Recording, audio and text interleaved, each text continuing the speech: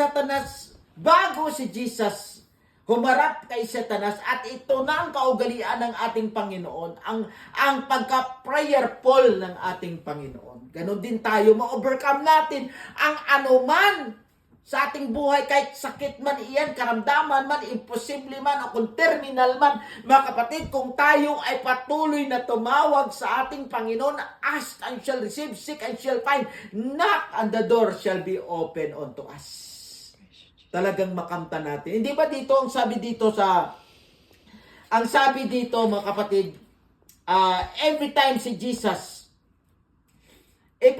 Jesus ay sumabak sa kanyang ministry, mga kapatid, in sabi dito in Matthew 14 verse 23, si Jesus ay pagkatapos siya ay nagpunta sa solemn place, pagkatapos siya ay nanalangin. Buong magdamag yan ang panalangin ni Jesus.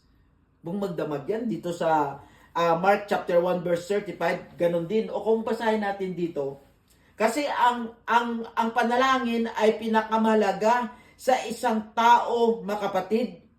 Kaya kung bakit na si Jesus ay prayerful, dahil gusto ng Panginoon i-impart iyan, ang kanyang naranasan dito sa mundong ito. Gusto din ni Jesus na maranasan natin ang kabutihan ng ating Ama na nasa langit. Mga kapatid, kung ano kahalaga ng panalangin sa buhay ng isang tao. Sabi dito